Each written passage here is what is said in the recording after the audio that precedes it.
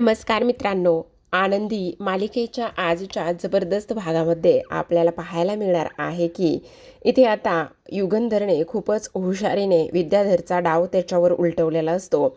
मीडियासमोर, पोलिसांसमोर त्याची नाचक्की केलेली असते आणि पोलिसांना सरळ सरळ सांगितलेलं असतं की ह्याला घेऊन जा, कारण ह्याच्यामुळे माझी मानहानी झाली आहे. आणि त्याचबरोबर एवढ्या मोठ्या युगंधर अशा नावरूपाला आलेल्या माणसावर ह्याने आरोप केले आहेत. एवढंच नाही प्रेक्षकांनो, तर आता ह्या मुलांचा आनंदीवर फार विश्वास असतो. जगातली ही पहिली व्यक्ती असणार आहे की आनंदीवर ते डोळे झाकून विश्वास ठेवतात. पण आता मात्र विद्याधर म्हणत असतो, जेव्हा हे सगळं काही मुलांना समजेल तेव्हा मात्र तेव्हा होळी होईल आणि त्याच होळीमध्ये मी दिवाळी साजरी करेल, असं ह्या विद्याधरने पुन्हा एकदा आनंदीला सांगितलेलं असतं. हेच प्रेक्षकांनो आपल्याला या आजच्या भागात पाहायचे, त्यामुळे व्हिडिओ शेवटपर्यंत पहा. आवडल्यास व्हिडिओला लाईक करा. त्याचबरोबर कमेंट बॉक्समधून तुम्ही ह्या मालिकेमधलं कोणतं जास्तीत जास्त कॅरेक्टर तुम्हाला आवडतं ते सुद्धा सांगायला विसरू नका. चला मग सुरुवात करूयात. तर आता इथे हा पृथ्वी म्हणत असतो, आनंदी तुझ्या हाताचे ठसे मला ह्या शालीवर हवे आहेत. तेव्हा आनंदी त्या हाताचे ठसे शालीवर देते आणि त्यानंतर पृथ्वी ती शाल जी आहे ती युगंधरच्या अंगावर, खांद्यावर टाकत असतो. आणि त्यानंतर मात्र आनंदीला सुद्धा फार आनंद झालेला असतो आणि युगंधरला सुद्धा सर्वात जास्त आनंद आज माईला असतो, कारण माईची जेव्हापासून लेक गेली तेव्हापासून ह्या घरामध्ये फारसा आनंद काही आला नाही. पण आज मात्र इथे आनंदीमुळे एवढ्या सगळ्या काही गोष्टी होत आहेत की काही विचारूच नका. आता मात्र इकडे पृथ्वी म्हणत असतो, खरं तर तुम्हा सर्वांना आणखी एक खूप मोठं सरप्राईज आहे. ज्या साड्या मी लॉन्च केल्यात, ज्या डिझाईन केल्यात, त्यासाठी तुम्ही सगळेजण आज इथे जमला आहात. पण ह्या साड्याला मात्र एक मला नाव द्यायचं आहे आणि ते नाव असणार आहे समिधा युग परंपरा असं नाव. आणि ह्या बोर्ड दाखवल्याबरोबर सगळ्यांना आनंद होतो, सगळेजण टाळ्या वाजवत असतात. समिधा त्याच्या आईचं नाव, युग त्याच्या बापाचं नाव आणि परंपरा ही निंबाळकर घराण्यांची, असं कॉम्बिनेशन करत त्यांनी एवढं सुंदर नाव दिलेलं असतं की काही विचारूच नका. आता इकडे ह्या नावाबद्दल पृथ्वी थोडंसं एक्सप्लेन करत असतो. पृथ्वी म्हणत असतो, खरं तर समिधा हे माझ्या आईचं नाव आहे. या साडीमध्ये आईचा ओलावा, त्याचबरोबर मायेची उभ आहे आणि त्याचबरोबर माझ्या बाबांनी म्हणजेच युगंधर निंबाळकरांनी ती परंपरा आणि ते सगळं काही पुढे चालू ठेवलेलं आहे, असं म्हणून त्या नावामध्ये जे काही आहे दडलेलं ते सगळं तो एक्सप्लेन करत असतो. तेव्हा हे सगळं काही बोलत असताना युगंधरने ह्या मुलाच्या, पृथ्वीच्या खांद्यावर हात ठेवलेला असतो आणि तेव्हा मात्र पृथ्वी ताबडतोब स्टेजवर येतो आणि स्टेजवर आल्यानंतर इथे युगंधरच्या पाया पडतो, त्यांना नमस्कार करत असतो. तेवढ्यातच पोलिसांच्या गाडीचा सायलेन्सर वाजतो आणि पोलिसांच्या गाडीचा सायलेन्सर वाजल्याबरोबर आता मात्र इकडे हा विचार करू लागलेला असतो की नेमका पोलिसांच्या गाडींचा सायलेन्सर आपल्या निंबाळकरांच्या वाड्यावर का बरं वाजला आहे, नेमकं काय झालेलं असेल, असा प्रश्न आता इकडे त्याला पडू लागलेला असतो. तेवढ्यातच आता इथे हा पृथ्वी म्हणत असतो, आत्ता ह्या वेळेला मात्र इथे कोण आलेलं असेल आणि का आणि कशासाठी आलेलं असेल हे मात्र समजत नाही, असं सुद्धा आता इकडे तो बोलू लागलेला असतो. त्याचबरोबर इथे पोलीस आलेले असतात आणि मीडियावाले सुद्धा एकमेकांमध्ये कुजबुजायला सुरुवात करत असतात. आणि मीडियावाले एकमेकांमध्ये कुजबुजायला लागल्यानंतर इथे आज युगंधरच्या ह्या कार्यक्रमामध्ये निंबाळकरांच्या वाड्यावर इथे पोलिसांची येण्याची हिंमत कशी झाली, असं सुद्धा आता इकडे ते कुजबुजत असतात. आता जेव्हा पोलीस इथे येतात त्यावेळेला मात्र युगंधर समोर येतो आणि युगंधर फॉर्मॅलिटी म्हणून इथे पोलिसांना म्हणत असतात, काय झालं इन्स्पेक्टर साहेब, अहो जर आज तुम्हाला माझ्याकडे काही काम होतं तर फोन करायचा, मी आलो असतो ना पोलीस स्टेशनमध्ये. आज माझ्या मुलाचा एवढा मोठा इव्हेंट सुरू आहे आणि एवढा मोठा इव्हेंट सुरू असताना तुम्ही इकडे येण्याची तजवी का बरं घेतलेली आहे, तुम्हाला इकडे येण्यासाठी नेमकं काय आणि कशामुळे तुम्ही इकडे आलेला आहात, असं आता इकडे युगंधर मुद्दामच म्हणत असतो. बोला ना, काय झालं इन्स्पेक्टर साहेब, अहो तुम्ही एक फोन केला असता तर मी आलो असतो ना. आज माझ्या मुलाचा एवढा मोठा कार्यक्रम सुरू आहे आणि तुम्ही इथे आलेला आहात. तेव्हा मात्र इथे हा चोमडा विद्याधर म्हणत असतो, खरं तर इथे दादा अरे त्यांचं काहीतरी महत्त्वाचं काम असेल म्हणून कदाचित ते इथे आले असतील. असू देत ना. इन्स्पेक्टर साहेब तुम्ही बोला ना. तुम्ही एवढ्या महत्त्वाच्या दिवशी आज इथे निंबाळकरांच्या वाड्यावर खुद्द आलेला आहात आणि ते सुद्धा स्वतः इन्स्पेक्टर साहेब आलेले आहेत म्हटल्यावर इकडे नेमकं काहीतरी काम असेलच ना, असं इकडे तो बोलू लागतो. बोला बोला इन्स्पेक्टर साहेब, काय काम काय काढलं तुम्ही? घाबरू नका, काळजी करू नका. तुम्ही जे काही आहे ना ते बिनधास्त बोला. बहुतेक ना आज इथे हे जे काही आनंद चाललेला आहे ना त्याच्यामध्येच त्याच रिलेटेड काहीतरी असावं, असंच आता विद्याधर बोलत असतो. आणि घाबरताय कशाला? बिनधास्त बोला तुम्ही. तुम्हाला बोलण्याची काहीच गरज नाही आहे. आज चक्क एवढा मोठा कार्यक्रम असून निंबाळकरांच्या वाड्यावर इथे पोलीस आलेले आहेत म्हटल्यावर काम आणि ते सगळं काही तेवढंच विशेष असेल ना, बरोबर ना इन्स्पेक्टर साहेब? असं मुद्दामून आता इकडे तो बोलत असतो.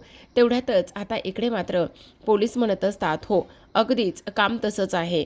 कारण तुमच्या गाडीमध्ये बॉम्ब कोणी ठेवला आणि बॉम्ब ब्लास्ट कोणी घडून आणला ह्याबद्दल आम्हाला पुरावा सापडला आहे आणि त्याकरिताच आम्ही इथे आलेलो आहोत, असं म्हटल्याबरोबर आता मात्र विद्याधरला आनंद झालेला असतो. विद्याधर म्हणू लागतो, खरंच काय बोलताय राव इन्स्पेक्टर साहेब, ही तर माझ्यासाठी फारच जास्त आनंदाची गोष्ट आहे. तुम्ही तर अशा पद्धतीने धमाका केलाय, अशा पद्धतीने सगळं काही केलंय ना, त्यामुळे आनंदच नाही तर आज मात्र ह्या कार्यक्रमामध्ये सुद्धा चार चांद लागल्याशिवाय राहणार नाहीत, असं सुद्धा आता इकडे तो बोलत असतो. तर आता मात्र हा विद्याधर म्हणत असतो, मग काय कोणी कोणी केलेलं आहे हे सगळं काही? आज तुम्ही खऱ्या गुन्हेगाराला अटक करायला आला असाल ना, मी तुम्हाला म्हटलं होतं ना हे सगळं कोणी केलेलं असेल आणि ह्या सगळ्या गोष्टीचा आज मात्र मी छडा लावणारच आहे, असं सुद्धा आता इकडे तो बोलत असतो. आता हे सगळं काही बोलल्यानंतर मात्र इथे पोलीस म्हणत असतात, त्याचकरिता तर मी इथे आलेलो आहे ना, ते सगळं मला इथे करायचं आहे आणि त्याचकरिता मी इथे आलेलो आहे. मग आता विद्याधर पुन्हा म्हणत असतो, आज तुम्हा सर्व मीडियावाल्यांना मला एक गोष्ट सांगायची आहे. हा युगंधर जो आहे ना, युगंधर हा दोन तोंडी माणूस आहे. खरं सांगायला गेलो तुम्ही याच्यामध्ये देव माणूस बघताय ना, पण याच्यामध्ये देव माणूस नाही आहे. हा तर एक नंबरचा खोटारडा माणूस आहे. तुम्हाला नाही माहिती हा माणूस कसा आहे ते. एवढंच नाही प्रेक्षकांनो, तर तो म्हणत असतो आणि यानेच माझ्या गाडीमध्ये बॉम्ब ब्लास्ट केला आणि यानेच मला इथे संपवण्याचा सुद्धा पूर्ण प्रयत्न केला आहे, असं सुद्धा आता इकडे तो बोलू लागलेला असतो. त्यावेळेला मात्र इथे आता आनंदीला धक्का बसतो. आनंदीला धक्का बसल्यानंतर ती विचार करू लागलेली असते, कारण मालक साहेबांनीच त्याला धडा शिकवण्यासाठी ह्या सगळ्या काही गोष्टी केल्या आणि आज मात्र जर ते सत्य समोर आलं आणि पुराव्याअभावी जर इथे मालक साहेबांना पोलीस घेऊन गेले तर काय होणार आहे, असा विचार आनंदीच्या मनामध्ये क्वचितच येऊन गेलेला असतो. तेवढ्यातच आता इकडे मात्र विद्याधर म्हणत असतो, अहो इन्स्पेक्टर साहेब बघायला काय लागला असा तुम्ही? वाट कसली बघायला असा? अहो ठोकाना मग बेड्या ठोका त्याला. आज मात्र होऊन जाऊ दे. आज इथे तो त्याच्या भावाच्या जीवावर कसा काय उठू शकतो हेच मला सुद्धा बघायचं आहे. तुम्ही बघताय ना की कशा पद्धतीने त्याने इथे मला जीवे मारण्याचा प्रयत्न केला आणि हे सगळं काही होत असताना मात्र इथे मी गप्प बसेल असं कसं होईल? त्यावर पृथ्वी म्हणत असतो, काका हे सगळं तू काय बोलतोयस? तू वेडा आहेस का? तू बाबावर का आरोप करतोस असे? अरे पृथ्वी थांब जरा थांब. तुला ना समज काही सत्य जे आहे ना ते सत्य समजेल. तुला ना काळजी करण्याची काहीच गरज नाही. आत्ताच्या आत्ता तुझ्यासमोर सगळं सत्य येईल बघ. तू जरा धीर धर म्हणतो मी, असा आता इकडे तो बोलू लागलेला असतो. तेव्हा मात्र इथे विद्याधर म्हणत असतो, अहो तुम्हाला सांगू का, ह्याने ना मला घरातून बाहेर काढण्यासाठी हे सगळं काही केलं. अगोदर तर ह्याने माझ्यावर केस टाकली आणि त्यानंतर मला त्याने जेलमध्ये सुद्धा टाकलं. एवढंच नाही तर आता मात्र इकडे हा माझ्या जीवावर सुद्धा उठला. अहो माझ्या गाडीमध्ये ह्याने बॉम्ब ठेवला. असला भाऊ कोणालाही नकोय. असला भाऊ नसल्यापेक्षा काय चांगलंच आहे ना. काय करायचं आहे ह्या सगळ्या गोष्टीचं? सांगा ना, बोला ना इन्स्पेक्टर साहेब. तुम्ही काही करा पण ह्या माणसाला मात्र, ह्या नराधमाला मात्र ताबडतोब अटक करा. हा माणूस इथे राहता कामा नये. काही जरी झालं तरी हा माणूस या घरामध्ये नकोय, असं आता इकडे तो स्पष्टपणे पुन्हा पुन्हा बोलू लागलेला असतो. त्यावर मात्र पोलीस म्हणत असतात, विद्याधर साहेब तुम्ही अगदी बरोबर बोलताय. आज मात्र मी इथे न्यायनिवाडाच करायला आलेलो आहे. आज खऱ्या गुन्ह्याला शिक्षा होणारच आहे. काही झालं ना तरी आज मात्र माघार नाही आहे. आज आपण इथे खऱ्या गुन्हेगाराला पकडायला आलेलो आहोत. मी न्याय करायला आलेलो आहे आणि आज मात्र इथे न्याय होणारच आहे. जो काही खरा गुन्हेगार आहे ना, तो मात्र इथे आज सर्वांसमोर येणार आहे, असं आता इकडे ते म्हणत असतात. तेव्हाच युगंधर पुन्हा म्हणत असतो, इन्स्पेक्टर साहेब मी काय म्हणतो, अहो मग तुम्ही वाट कशाला बघताय? कसली वाट बघताय? करा ना, तुम्ही खऱ्या गुन्हेगाराला अटक करा. अहो तुम्हाला वाट बघायची वगैरे काहीच गरज नाही आहे. त्यावर आता मात्र इकडे सगळ्यांना टेन्शन आलेलं असतं. मीडियावाले सुद्धा इथे पोलिसांना म्हणत असतात, काय हे सगळं? इन्स्पेक्टर साहेब, जर तुमच्याकडे युगंधर निंबाळकरांच्या विरोधामध्ये जर पुरावे आहेत, तर तुम्ही वाट कसली बघायलाय? तुम्ही इथे त्यांना ताबडतोब अटक का बरं करत नाही आहेत? आणि त्याचबरोबर विद्याधरसुद्धा म्हणत असतो, तेच मी सांगायलोय, मला न्याय हवाय, मला न्याय हवाय. आज हा माणूस इथे माझ्या जीवावर उठलाय, अजून उद्या कुणाच्या तरी जीवावर उठेल. आणि हे सगळं कसं आणि कशा पद्धतीने इथे शांत बसून घ्यायचे? अजिबातच नाही. काही जरी झालं ना, तरी आज मात्र मला न्याय हवाय, न्याय हवाय, असं इकडे तो बोलत असतो. आता मात्र इन्स्पेक्टर साहेबांकडे खूप मोठा पुरावा असतो आणि इन्स्पेक्टर साहेब म्हणत असतात, हो मालक साहेब, आज आम्ही इथे न्याय निवाडाच करायला आलेलो आहोत.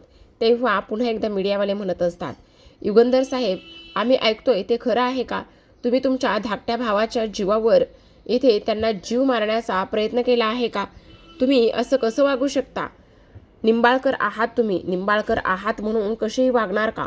असं बोलल्याबरोबर आता मात्र विद्याधर म्हणत असतो, बघायला असा ना तुम्ही, आज तुमच्यासमोर तुमच्या ह्या खोट्या मालक साहेबाचं आणि मुखोटा फिरून मिरवणाऱ्या ह्या मालक साहेबाचं खरं रूप यायला लागलेलं आहे. आज मला न्याय हवाय. काही जरी झालं ना, तरी सुद्धा हा माणूस माझ्या जीवावर उठला होता. ह्याने मला जीव मारण्याचा प्रयत्न केलाय. ह्याने माझ्या गाडीमध्ये बॉम्ब ठेवलाय. एकदाच नाही तर तीनदा ह्याने माझ्यावर हल्ला घडून आणलेला आहे. अहो इन्स्पेक्टर साहेब, बघताय काय? करा तुम्ही त्याला अटक, ठोका तुम्ही त्याला बेड्या, असं म्हटल्याबरोबर आता मात्र पोलीस लगेचच त्यांच्या हातामध्ये असलेली हातकडी बाहेर काढतात. आणि हातकडी बाहेर काढल्यानंतर ते तर सुरुवातीला युगंधर समोरच पकडत असतात. आणि युगंधर समोर पकडल्यानंतर आता पोलीस म्हणत असतात, खरं तर आम्ही ना आज इथे खऱ्या गुन्हेगाराला अटक करायला आलेलो आहोत, असं म्हटल्याबरोबर लगेचच आता इकडे ते त्यांची हातकडी विद्याधरकडे फिरवतात. विद्याधरकडे फिरवून लगेचच त्याच्या हातामध्ये ते बेड्या ठोकतात. त्याच्या हातामध्ये बेड्या ठोकल्याबरोबर इथे मात्र सर्वांना धक्काच बसतो. आता हा विद्याधर म्हणत असतो, इन्स्पेक्टर साहेब, डोक्यात पाणी झाले का काय तुमच्या? काय सकाळी सकाळी घेऊन आलायसा? तुम्हाला बेड्या कुणाला ठोकायला सांगितलेस मी? ह्या युगंधर निंबाळकरला सांगितल्यात आणि तुम्ही चक्क माझ्या हातामध्ये बेड्या घालताय, काय करताय? तेव्हा पोलीस म्हणत असतात, बरोबर करतोय विद्याधर साहेब. अहो न्याय निवाडा करायला आलोय मी इथे आणि आज खऱ्या गुन्हेगाराला पकडायला मी इथे आलेलो आहे, खोट्या नाही. काय मी काय केलेलं आहे? अहो ह्या युगंधरने माझ्या गाडीमध्ये बॉम्ब ठेवलाय, मला मारण्याचा प्रयत्न केलाय आणि त्याच्या विरोधात मी कंप्लेंट केली. त्याच्या विरोधात तुम्हाला पुरावे सापडलेत आणि त्याच्या विरोधात पुरावे सापडून सुद्धा तुम्ही चक्क अशा पद्धतीने इथे माझ्या हातामध्ये बेड्या ठोकायची तुमची हिंमत कशी झाली? आत्ताच्या आत्ता त्या माणसाला अटक करा. मला तुमचं काहीही ऐकायचं नाही आहे. तुम्ही आत्ताच्या आत्ता त्या माणसाला अटक करा म्हणून सांगतोय मी, असं बोलल्याबरोबर आता मात्र पोलीस म्हणत असतात, थांबा जरा निंबाळकर साहेबांना तर आम्ही इथे अटक नाही करणार, पण न्याय निवाडा मात्र आज केलेला आहे. खऱ्या गुन्हेगाराला आम्ही अटक केलेली आहे. तेव्हा मात्र इथे युगंधरच्या चेहऱ्यावरती हसू आलेलं असतं. त्यांना फार आनंद झालेला असतो.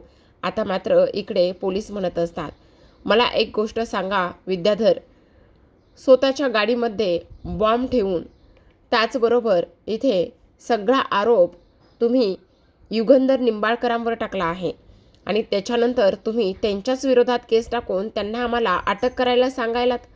हे सगळं काय आहे? तुम्ही अशा पद्धतीने कसे काय वागू शकता? असं सुद्धा आता इकडे पोलीस म्हणत असतात. त्यावर मात्र इथे हा विद्याधर म्हणत असतो, तुम्ही डोक्यावर पडले का? अहो माझ्याच गाडीमध्ये मी बॉम्ब ठेवेल आणि माझ्याच गाडीमध्ये बॉम्ब ठेवून मी हा हल्ला एवढा मोठा घडवून आणेल, हे कसं शक्य आहे? तुमचं नेमकं काय चाललेलं आहे? मी असं कसं करू शकतो? मी स्वतःच माझ्या जीवावर कसं काय उठू शकतो? तुमचं काय चाललंय इन्स्पेक्टर साहेब? अहो तुम्ही सकाळी सकाळी घेऊन आलात का? तुमच्या डोक्यात नक्कीच पाणी झालेलं आहे. तेव्हा मात्र पुन्हा एकदा ती बेडी तो काढण्याचा प्रयत्न करत असतो आणि ती बेडी काढण्याचा प्रयत्न केल्यानंतर आता मात्र पोलीस म्हणत असतात, नाही, आम्ही हा जो काही न्यायनिवाडा करतो आहे तो अगदी बरोबर करतोय, त्याच्यामध्ये काहीही चुकीचं नाही. आमच्याकडे पुरावे आहेत आणि पुराव्याशिवाय आम्ही काहीही वेगळं करत नाही आहोत, असं सुद्धा आता इकडे तो बोलत असतो. त्याचबरोबर इथे मात्र विद्याधर म्हणत असतो, अहो ह्या माणसाने स्वतः माझ्यासमोर कबूल केले आणि स्वतः कबूल केल्यानंतर आज मात्र तुम्ही अशा पद्धतीने वागत आहात. तुमची हे सगळं काही करण्याची हिंमत कशी झाली? आत्ताच्या आत्ता माझ्या हातातली बेडी काढा. असं म्हटल्याबरोबर पोलीस म्हणत असतात, नाही आमच्याकडे सगळे पुरावे आहेत आणि तुम्ही स्वतः त्या कारखान्यामध्ये गेलात आणि स्वतः त्या कारखान्यामध्ये जाऊन तिथल्या मालकाला असं सांगितलं की फक्त आणि फक्त असा मला दारूगोळा दे, असा बॉम्ब दे की जो फक्त गाडीचं नुकसान करू शकतो, माणसाचं तुसुकभरही नुकसान होणार नाही, कोणाच्याही जीवावर बेतणार नाही, असा तुम्ही तिथून दारूगोळा घेऊन आलात आणि त्यानंतर स्वतःच्याच गाडीमध्ये इथे हे सगळं काही केलं. अहो इन्स्पेक्टर साहेब, वेळ लागलाय तुम्हाला. मी असले उद्योग का आणि कशामुळे करेल? हे बघा, मी असलं काहीही केलेलं नाही, तुम्ही ध्यानात ठेवा नीट. तेव्हा मात्र आता पोलीस म्हणत असतात, कारण आमच्याकडे तसे पुरावे आहेत.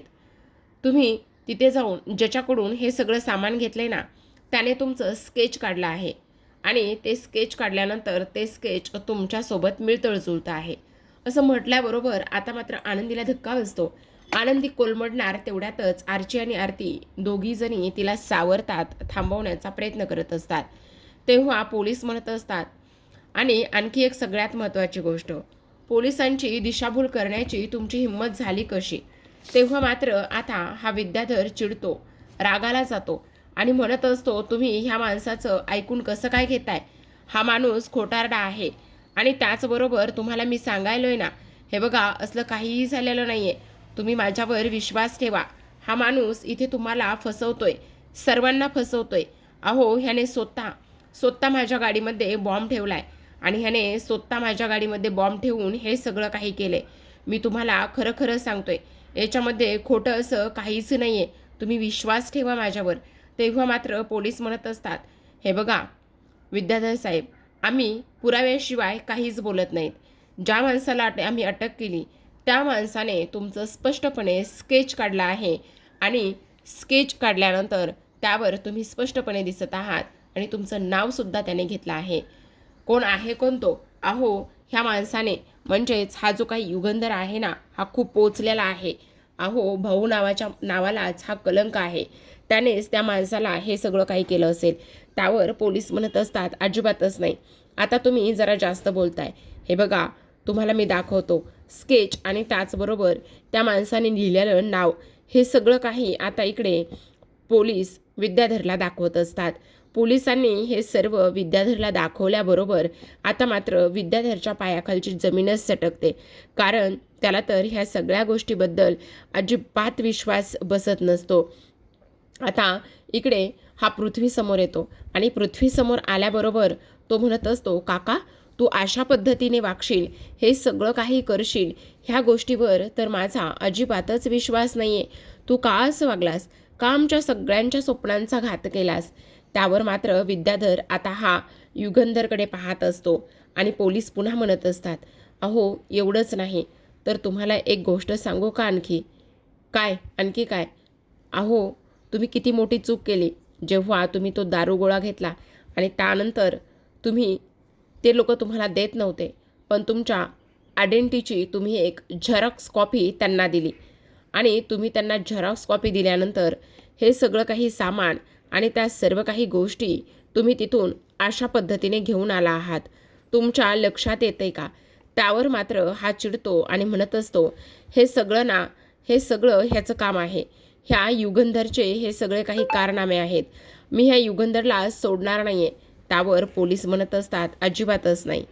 आमच्याकडे सगळ्या गोष्टींचे पुरावे आहेत आणि पुराव्यानिशी आम्ही पोलीस काहीच बोलत नाही.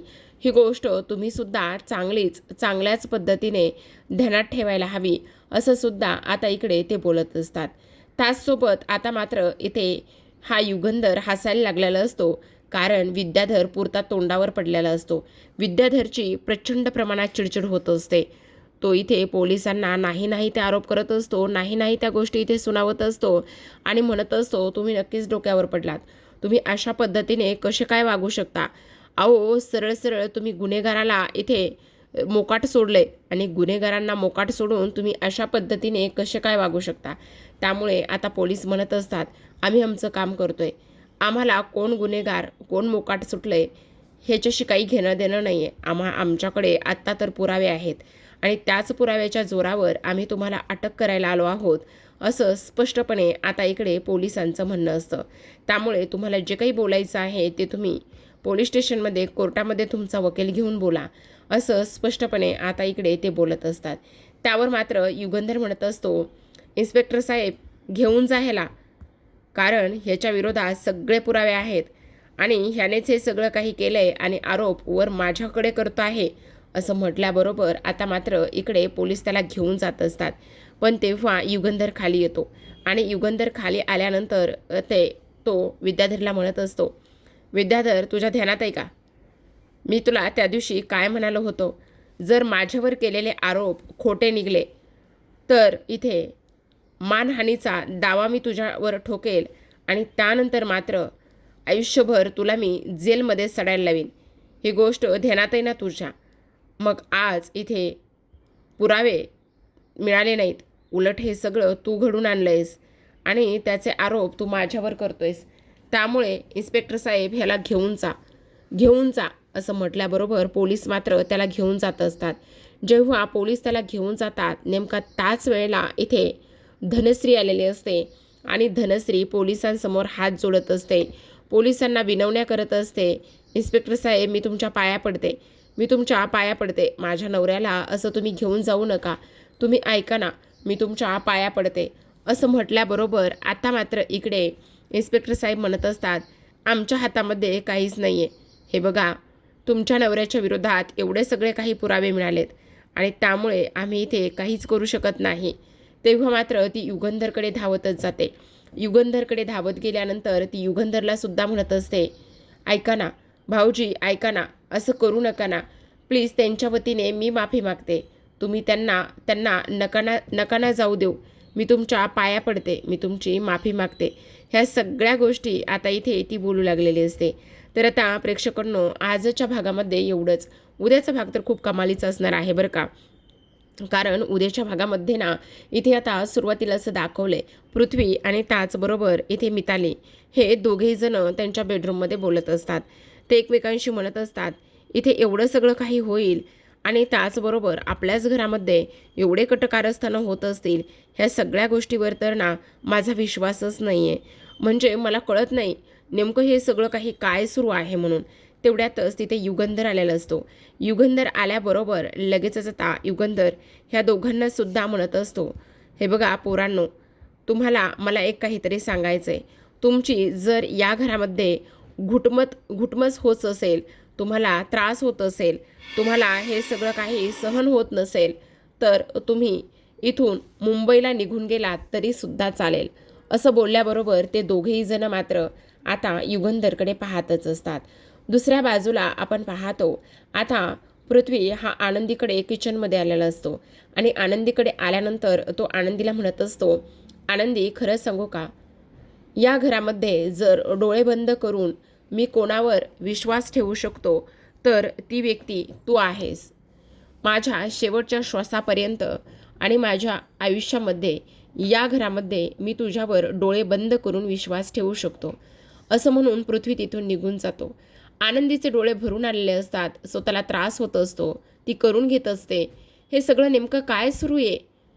आज मात्र इथे पृथ्वी माझ्यावर डोळे बंद करून विश्वास ठेवतोय, हे सगळं काय आहे?